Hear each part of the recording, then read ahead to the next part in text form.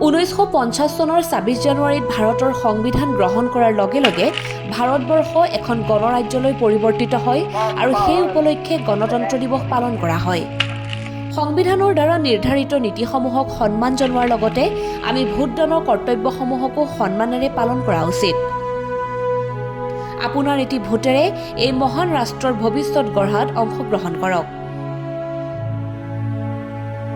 এই গণতন্ত্ৰ দিৱসত আমি ভাৰতৰ গৌৰৱময় ইতিহাস উদযাপন কৰাৰ লগতে আহক ভোটাৰৰ শক্তিৰ জৰিয়তে আমাৰ দেশক শক্তিশালী কৰি তোলাত সহায় কৰোঁ।